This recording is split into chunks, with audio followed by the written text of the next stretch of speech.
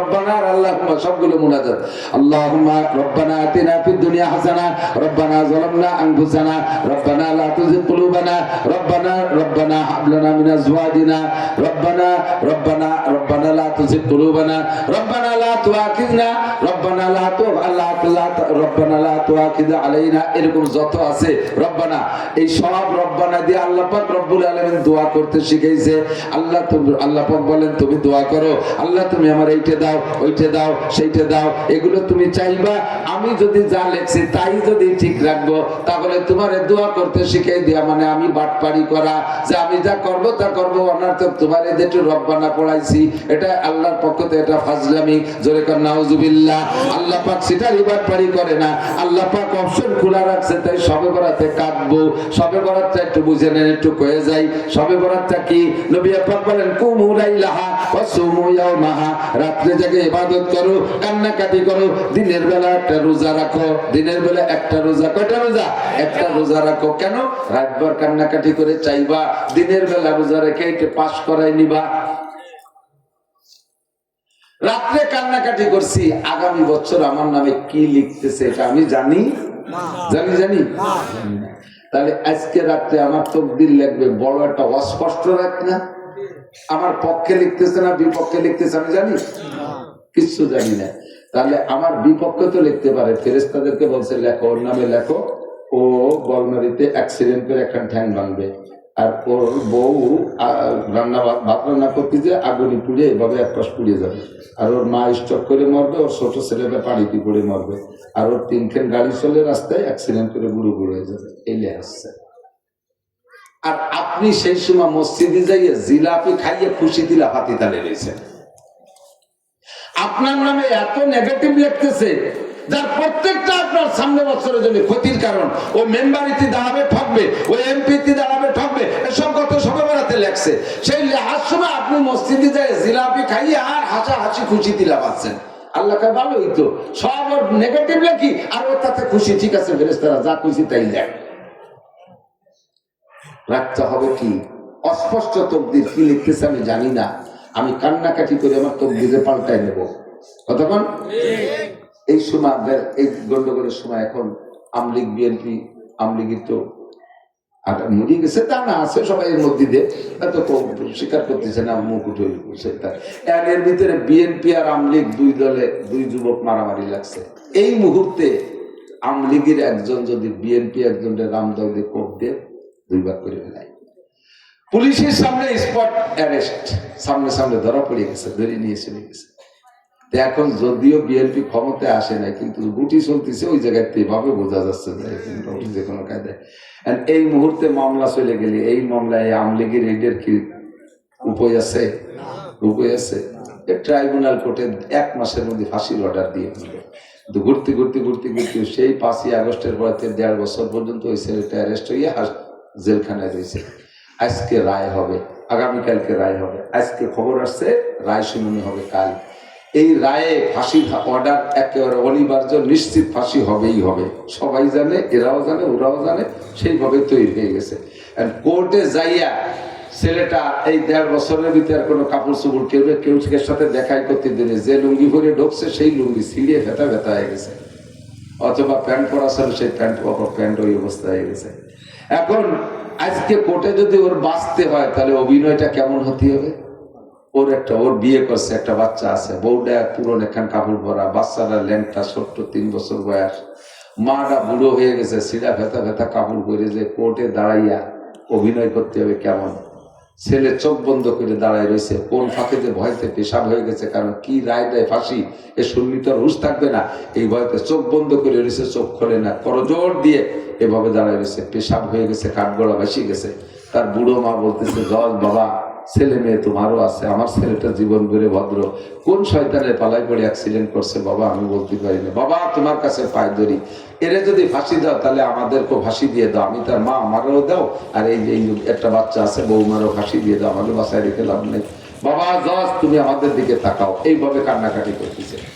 বলতেছে স্যার আপনি আমার স্বামীর পরিবার তো আমাকে ফাঁসি দেন, আমার স্বামীরে যদি ফাঁসি দেন তাহলে আমার শাওরির একই মাত্র ছেলে, আমার শাওরি সে অনেক আগে ওই বাচ্চাটা হওয়ার পরে বিধবা হয়ে গেছে, আজকে যদি তারে ফাঁসি দেন তাহলে স্যার আমার শাওরি বেঁচে থাকবে না, বুড়ো মানুষ স্টপ করে মারা যাবে, মা বাবা আপনারও আছে স্যার, এইভাবে কান্নাকাটি।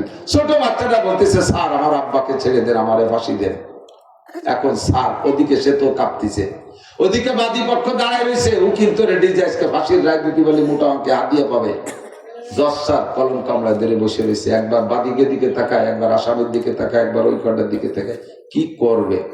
উনি কয় জীবনে বহুত খেলা খেলছি, যা থাকে কপালে চাকরি থাকুক আর না থাকুক, যে অপবাদ আমার পরে আসে আসুক, এই একটা রে মারতে যে সাইড দিয়ে মারা যাবে না, যা বেকসুর খালাস। অভিনয়টা যদি এমন হয় তাহলে জেনুইন মার্ডার কেসও এভাবে বাঁচাই দেওয়া যায়, কথা কোন ঠিক সে জান বাঁচাই নিয়ে আসতে পারে। পক্ষান্তরে সেই জায়গায় দাঁড়ায় যদি আসামি আর আসামি সহকারী যারা গেছে তারা যদি কয়, আসামি যদি কয় যে এই ফাঁসি তো হবে, মরে তো যাবো, দুয়ের জিলাপি দেখাই নেই, আসামির মা কয় জজ একদিন তুইও রিটায়ার করবি, আমার ছেলের ফাঁসি দিবি, এই যে আছে আমার পুতা একটা, তোরে দেখায় ছেড়িয়ে দেবে। আসামির বউ কয় জজ আমার স্বামীরে ফাঁসি দিবি, তোর বউরে আমি খালি করবো আর কেটে দেখে তোর বউর ভাষার কাপড় খুলে দিয়ে যাবে। আর সে জায়গা আল্লাহ হাসা হাসি তামাশা এইভাবে যদি, তাহলে কি ফাঁসি তেপাশা বুঝাবে? এটারে ফাঁসি দে আর ওই কটারে আজতে ধুয়ো কবে কি কবে না, সেম কোয়ালিটি।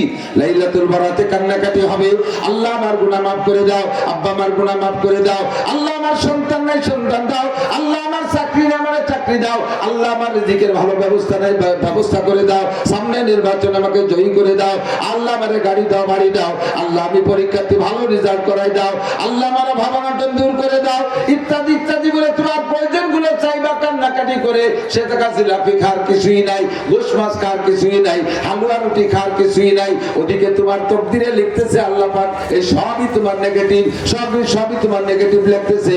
আর এদিকে তুমি জিলাপি খাইতেছো, হালুয়া রুটি রান্না বান্না করে খাইতেছো। আল্লাহ কয় ঠিক আছে সাবেক বহাল, যা লেখছি তাই লেখছি। ওটা এই নেগেটিভ লেখার উপরে যেহেতু সন্তুষ্টতার প্রমাণ, জিলাপি খায়, বিস্কুট খায়, হালুয়া রুটি খায়, গোশ খায়, ঠিক আছে যা লেখছি তাই থাকবে। কথা বলেন ঠিক ঠিক না? রাতটা আমার আনন্দের রাত না, জিলাপি খাওয়ার রাত না, হালুয়া রুটি খাওয়ার রাত না। ওই রাতটা টাকা পয়সা দান করবেন, রুটি দান করার চাইতে টাকা দান করলে বেশি নাকি, হালুয়া দান করার চাইতে টাকা দান করলে বেশি নাকি। হালুয়াতে শুধু হালুয়ার কাজ চলে, রুটিতে শুধু রুটির কাজ চলে।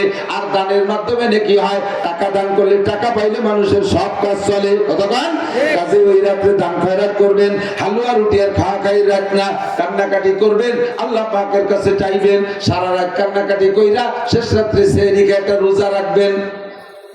ইফতারির সময় ইফতারি সামনে নিয়ে বলবেন আল্লাহ, বারবার ইফতারি সামনে নিয়ে ইফতারি তুই কিন্তু চুপ করে বসে থাকতে হয় না, ইফতারি একটু নাড়াচাড়া করতে হয়, একটু সুলাটা ধরবেন, পেঁয়াজিটা ধরবেন, বেগুনিটা ধরবেন, একটু উঠে নাহের কাছে নেবেন, আবার তুই দেবেন। এই করলে আল্লাহ খুব খুশি হয়। যখন ওই পেঁয়াজি ধরে এই নাহের দ্বারা নেছেন, আল্লাহ ফেরেস্তা খাই গেল ফেরেস্তার কালো জমের কেটি হবে বলে লাগিয়ে ডাঙ্গা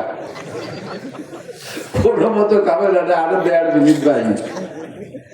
এই যে টুকাটুকি করলে ওদিকে মুখে দেন না, এতে আল্লাহ পাক আপনার ধৈর্যের পরীক্ষা করে, আল্লাহ খুশি হইয়া আপনার সব গুনাহ মাফ করে দেয়। এই ইফতারি নিয়ে আপনি বলবেন দোয়া, আল্লাহ সারা রাত কাঁদছি, সারাদিন না খেয়ে রয়েছি, এখন এই আমার দরখাস্ত, গত রাতে দরখাস্ত কবুল না হওয়া পর্যন্ত আমি ইফতারি খাবো না। আল্লাহ ওই সময় তোমার সব কবুল করে নিলাম। বিগত সময় সরকারের সময় দেখছি এই মাস্টাররা অনশন ধর্মঘট করছিল। মাস্টাররা আছেন নাকি এর ভিতরে? মাস্টার আছেন না? মাস্টাররা অনশন ধর্মঘট করছিলেন, ঠিক না? শেখ হাসিনার কাছ থেকে দাবি আদায় করা গেল, তাই তো? এর আগে ওই দিনই শুধু ধর্মঘট দিয়ে শুরু না, এর আগে অনেক দরখাস্ত, হরতাল ইত্যাদি ইত্যাদি অনেক কিছু করছেন, কিন্তু কোনো তাই হাসিনে আছে না, দোয়া মতো কবুল করেই না। যখন দোয়া কবুল হয় না, এরপরে সব মাস্টাররা জুটিয়ে বুটিয়ে যাই পল্টন ময়দানে 3 দিনের অনশন ধর্মঘট।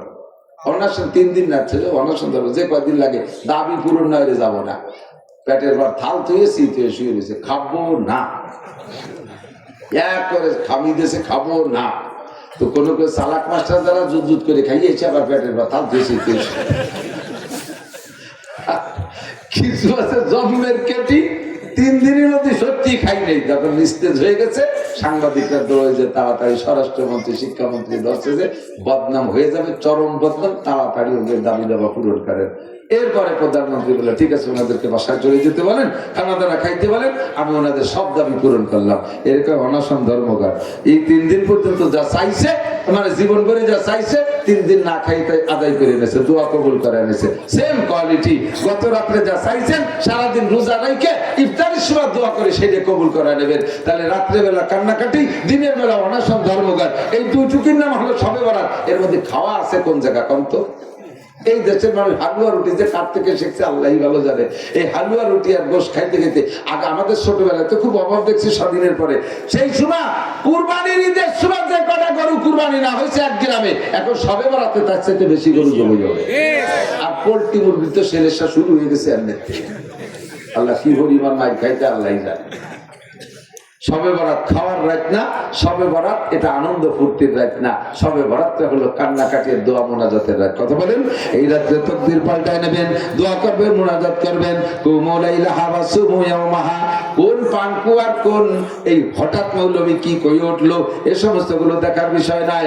হাটাজারি, পটিয়া, বাবুনগর, জিরি, নাজিরহাট, লালবাগ, ফরিদাবাগ, মালিবাগ, যাত্রাবাড়ি, গহরডাঙ্গা, তারপরে আপনাদের বাহির দিয়ে শামসুল উলুম, কাসেম উলুম, মদিনাতুল উলুম, যত উলুম আছে সমস্ত উলামায়ে কেরাম এ ব্যাপারে একমত। শবে বরাতে ইবাদত সহি, কান্নাকাটি সহি, দিনের বেলা রোজা সহি, আল্লাহর কাছ থেকে চেয়ে নেওয়া সহি। আল্লাহ পাক আমাদের আমল করার তৌফিক দান করে বলেন আমিন। গোটা সৃষ্টি কায়নাতের ভিতরে আল্লাহ পাক মানুষকে সবচেয়ে বেশি ভালোবাসে। বিশ্বাস হয়? মানুষের চাইতে সম্মানী কেউ আছে? মানুষের চাইতে সুদর্শন কেউ আছে? যারাই যত বড় হোক সুদর্শন দেখেন মানুষের তুলনায় কিছুই না।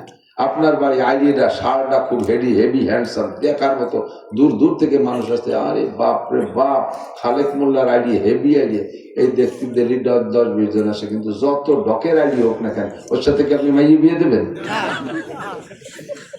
খুব ভালো আইডিয়া ছেলে পাচ্ছি না, এর সাথে মাইয়ে বিয়ে দিয়ে দেবেন নাকি?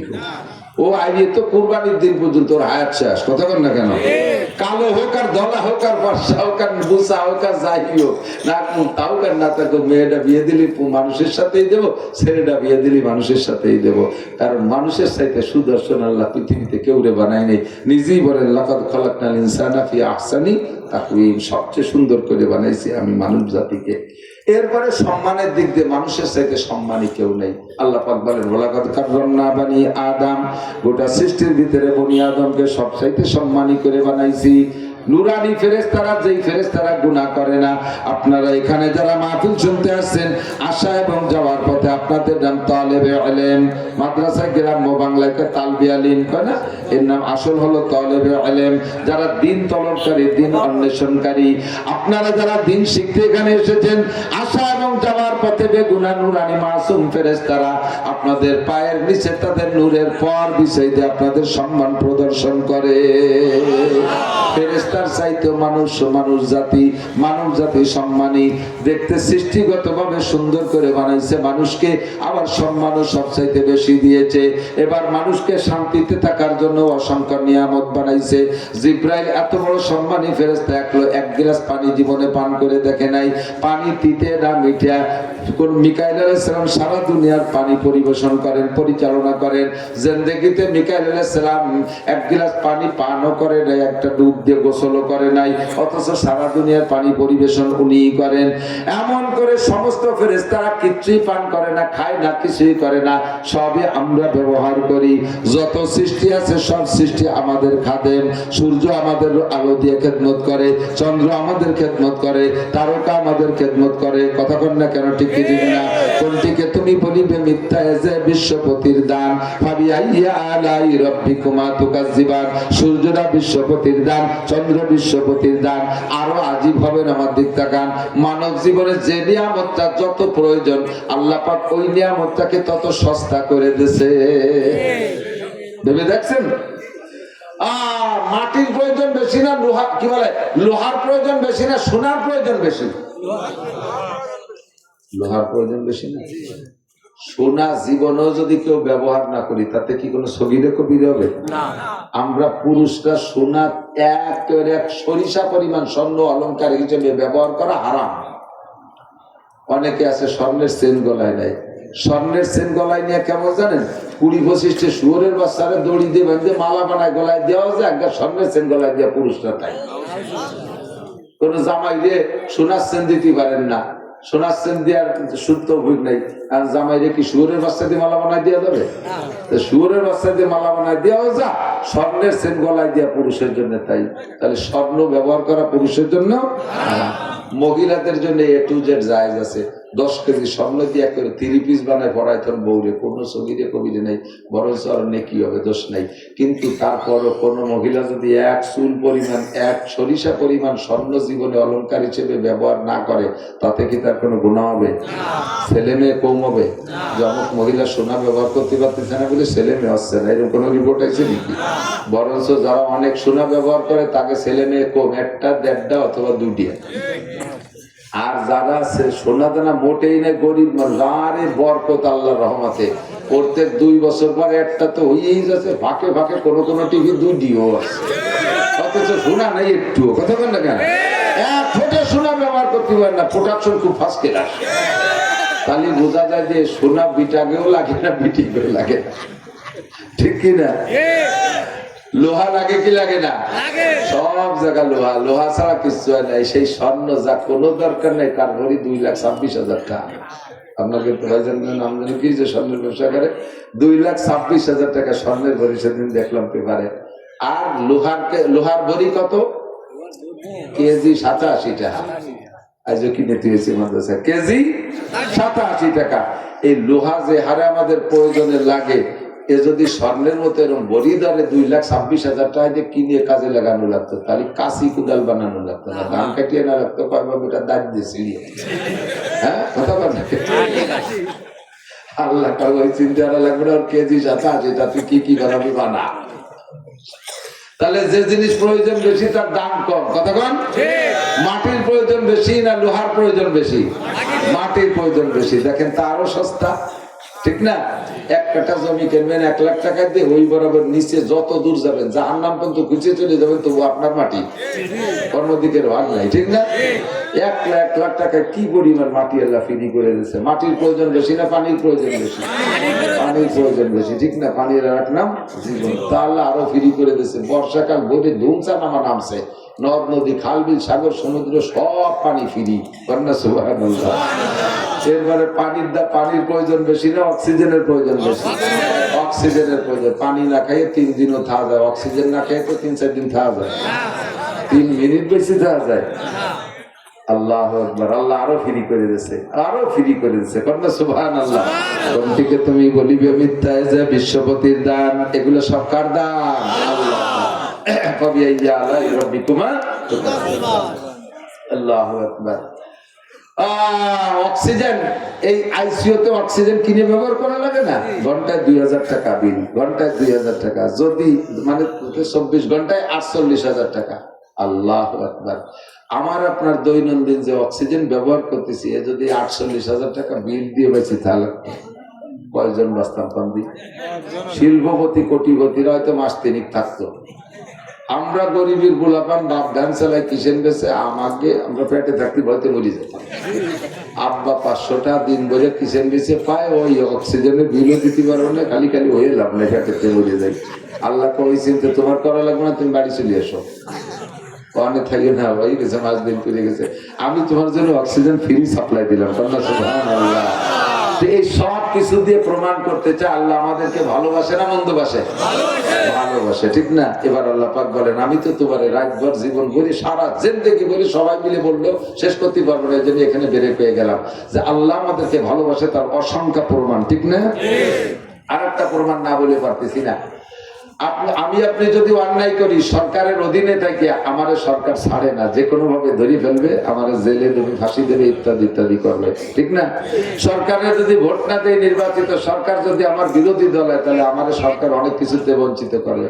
আল্লাহ পাক বলেন, বান্দা আমারে আল্লাহ বলে স্বীকার করিস না, আমার নাফরমানি করিস, মূর্তি পূজা করিস, জিনা করিস, ব্যভিচার করিস, হাজারো অপরাধ করিস, তবুও আমি দেখ তোদের জন্য কোনো নিয়ামত বন্ধ করি না। হিন্দুদের কাছে দান হয় না এরকম নাকি? বরঞ্চ মুসলমানের সাথে হিন্দু গেবুইতে দান বেশি হয়। কতক্ষণ তাদের ফসল বেশি হয়, তাদের ব্যবসায় উন্নতি বেশি। মুসলমানদেরকে দুনিয়া আমি কত দিয়ে যাচ্ছি, এটা প্রমাণ করে যে আমি তোদেরকে ভালোবাসি। যে যারে ভালোবাসে সে তার অনেক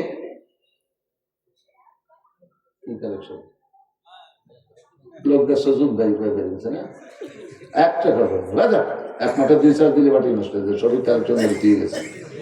বসেন পাওয়া যাবে আল্লাহ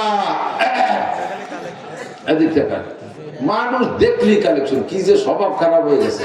আমি 2 জাতির কাছে শকর পাই না। এদিক থেকে সারা বাংলাদেশ ঘুরিয়ে 2 গ্রুপের কাছে শকর পাই না। এক গ্রুপ হলো ব্যবসায়ী। কোনোদিন কোনো ব্যবসায়ী বলো না যে হুজুর এবার খুব ব্যবসা হয়েছে, 5 কিলোর ব্যবসা হয়েছে, কয়টা বেশি নিয়ে যান।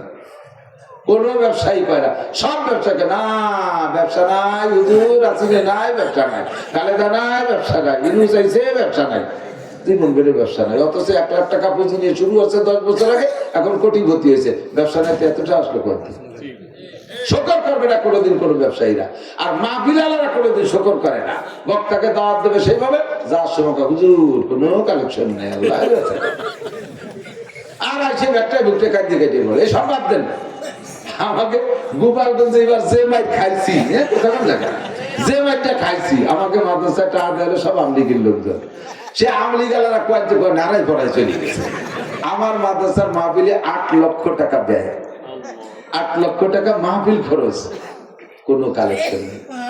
কালেকশন যে জায়গা ফাটায় সেই জায়গা কাজে যাও, ইউনুসির কাছে যাও,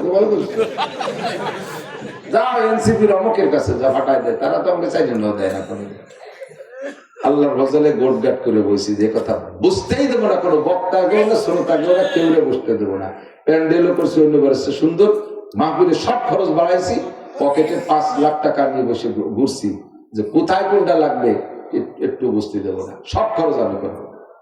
মাদ্রাসায় যে এই যে নির্বাচনী করলে রাজনৈতিক প্রভাব, এটা মাদ্রাসার পর পড়ছে, এটা আমি বুঝতেই দেবো না। বক্তাকে গত বছর হাদিয়া বেশি দিয়েছে, সবাই এসে দেখলে হুজুর কিছু নাই, এসব বাদ দেন। কালেকশন করবেন গ্রামীরা 70টা মাদ্রাসা, এর জন্য এবার বিটাকে শুনতে শুনতে এবার কালেকশন শুরু হয়েছে। 1 টাকা করে দেবে না, যার শুনে 1000 টাকা দিয়ে দেবে, 1 টাকা দিতে নিষেধ করছে। বাহারহাল তবু এটা আমার ভালো লাগে না। আমার মাহফিলে 20,000 মানুষ হয়েছে, এই 8 কালেকশন হয়েছে 36,000 টাকা হয়েছে। পরে হিসেব করে দেখলাম একটা 60 পাইয়ের মাথা পিছু পড়ছে।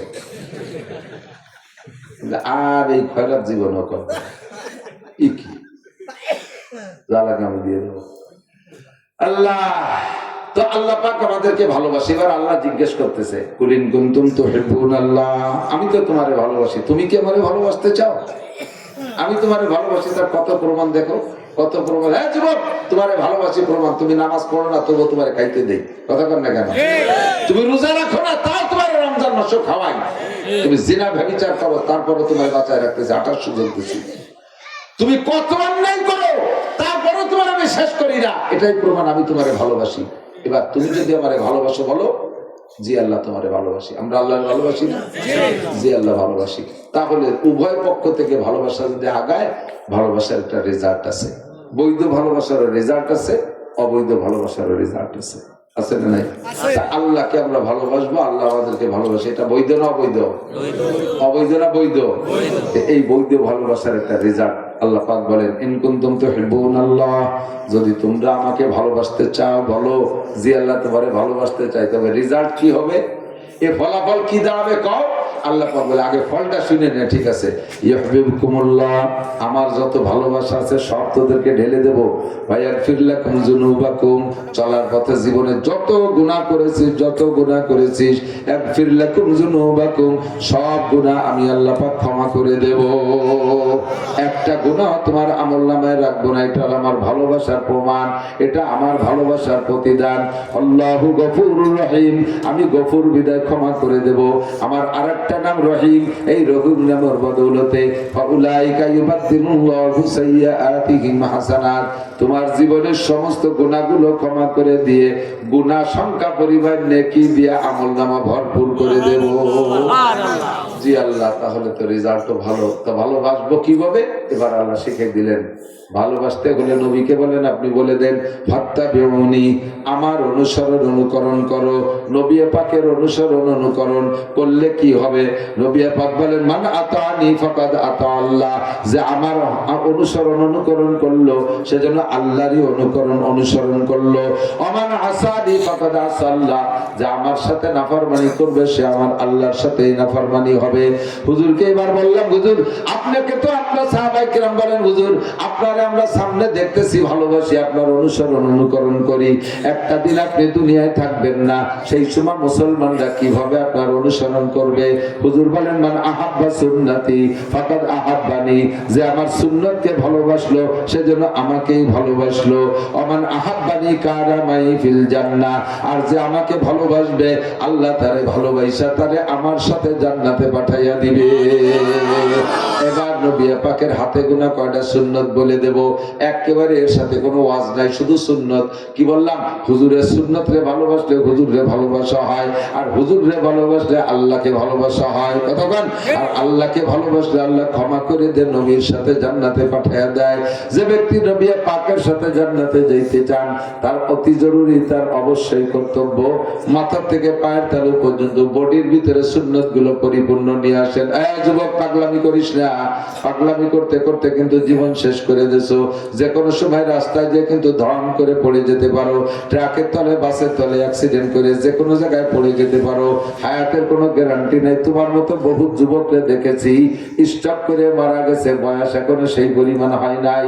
18, 20, 25 বছর বয়সে যুবকগুলো পড়ে যাচ্ছে স্টক কইরা, রাস্তাঘাটে মোটরসাইকেল অ্যাক্সিডেন্ট করে পড়ে যাচ্ছে। ও যুবক পাগলামি করো না, আসো নবী পাকের সুন্নতের অনুসরণ করি। 1 নম্বরে বডিটারে সাজাও। তোমার চুল কি নবীর চুলের মতো কাটাইছো কিনা তুমি সেদিক লক্ষ্য করো।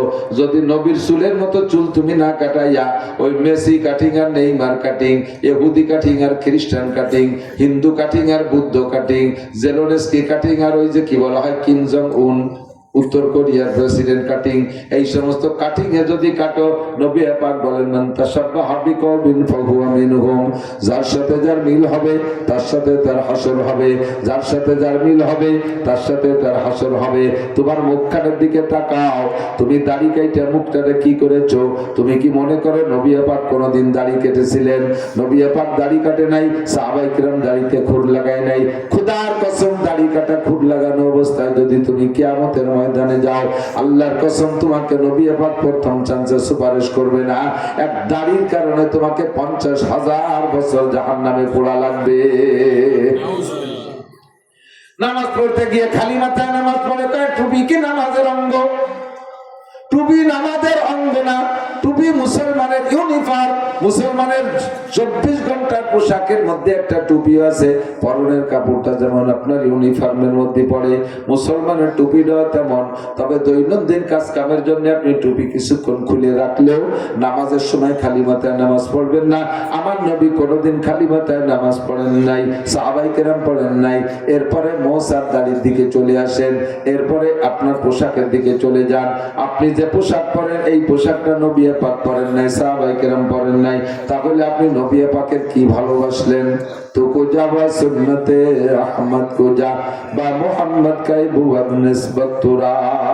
যুবক আজকে থেকে কয়েকটা সুন্নতের খুব কঠিন ভাবে আমরা প্রস্তুতি নেই, মুরব্বীরা নেই, সকলেই নেই।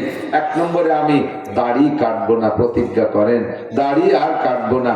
দাড়ি রাখলে আবার ওই ছোট ছোট বগল সাইজে খাজুনে দাড়ি, এর আবার দাড়ি কয় না, এটা নুস্য দাড়ি। দাড়ি হতে বেজে দেখেন দাড়ি কারে কয় আল্লাহর ফজলে। এই কম পক্ষে 1 মুঠের আগে দাড়ি কাটলে ছাটলে যদি ইমাম সাহেব কাটে ছাটে, ওই ইমামের পিছনে নামাজ হবে না। যে ইমাম 1 মুঠের আগে দাড়ি কাইটে খাটো করে, ওই ইমামের পিছনে নামাজ পড়া মাকরুহে তাহরিমি। দাড়ির সুন্নাত পর আমল করেন। মেসওয়াক দাঁতন করার জন্য, দাঁত পরিষ্কারের জন্য বিরাস বাদ দিয়ে, বিরাস আপনি ব্যবহার করেন কিন্তু 5 ওয়াক্ত নামাজের সময় মেসওয়াকটা ব্যবহার করেন ওযুর সময়। তাহলে আপনার মরণের সময় কলেমা নসিব হবে, জানাজায় 500 ফেরেশতা আপনার জানাজায় হাজির হবে। সুবহানাল্লাহ। খানা খাওয়ার সময় দস্তারখানের আমল করেন, পেশাব পায়খানা ঢিলা, পেশাবে বাধ্যতামূলক পুরুষরা ঢিলা ব্যবহার করেন, নারীরা পেশাব পায়খানা পেশাবে ঢিলা নেই, নারীরা পায়খানা ঢিলা ব্যবহার করবেন। দস্তারখানার আমলটা সবাই করব আমরা, নারী আর পুরুষ। দস্তারখানের পর খানা পড়লে তুলে খাবেন, এটা আর একটা সুন্নাত। প্লেটটা পরিষ্কার করে আঙ্গুল চাইতে খাবেন, এটা একটা সুন্নাত। যত সুন্নাত আছে ছোট মনে না করে সুন্নাত গুলোকে আমলে আনার চেষ্টা করি। নামাজ নবী পাকের যত ইবাদত গুলো যেগুলো হুজুর আমাদেরকে শিখে দিয়ে গেছেন, সব ইবাদত গুলো নবীর তরিকায় করব, তাহলে আল্লাহ পাকের ভালোবাসা পাবো। আল্লাহ পাক আমাদের তৌফিক দান করে, সবাই বলি আমিন। মাদ্রাসা, ছোট্ট মাদ্রাসা, ছোটরে বড় বানাইতে হলে তো কিছু দান খয়রাত করাই লাগে। যাদের যেমন তৌফিক আছে, দিয়েছেন, আগেও দিয়েছেন শফিক সাহেবের কাছে, তারপরেও যেহেতু বলে গেছে মহব্বতের সাথে, কেউ বাকি থাকলে পরে যারা আসছেন, যদি কেউ চান যে 1000 টাকা দেবো মাদ্রাসা, একটু দোয়া করে দেবো, 2000 টাকা দেবেন, একটু বলবেন দোয়া করে দেবো। আল্লাহ তাআলা হালাল ভাবে লাখ লাখ কোটি কোটি টাকার মালিক বানিয়ে দেবে, সুস্থতার সাথে লম্বা হায়াত দান করবে। আল্লাহ তাআলা মক্কা মদিনা জিয়ারত নসিব করবে। থাকলে একটু কোন আল্লাহর বান্দা বলতে পারেন যে আমি 1000 টাকা দেবো। আছেন কেউ?